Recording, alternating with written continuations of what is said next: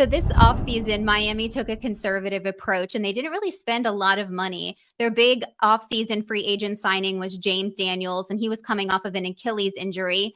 And then we had the trade Minka for Ramsey, kind of balances itself out there. What do you think of Miami's lack of spending this offseason and kind of the approach that they've gone with to build this roster? Yeah, I mean, there's two sides to it.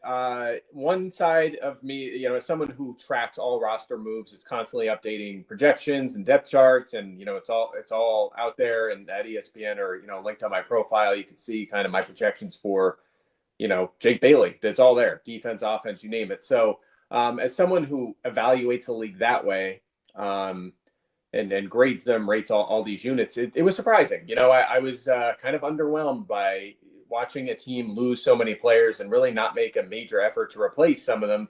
I think, Dolphins fans know exactly what I'm talking about as specific to the cornerback position, which it's hard to look at that and be excited about what's going on. I know they've had an injury there, a couple injuries there as well, but it doesn't make a lot of sense to me.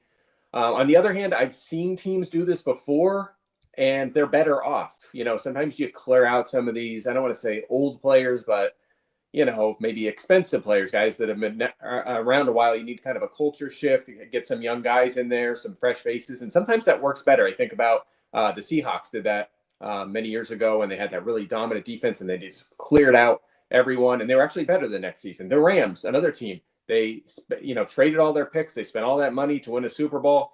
Then everyone left and you're like, they didn't replace anyone. This defense is the worst defense I've ever seen on paper as of 2 years ago.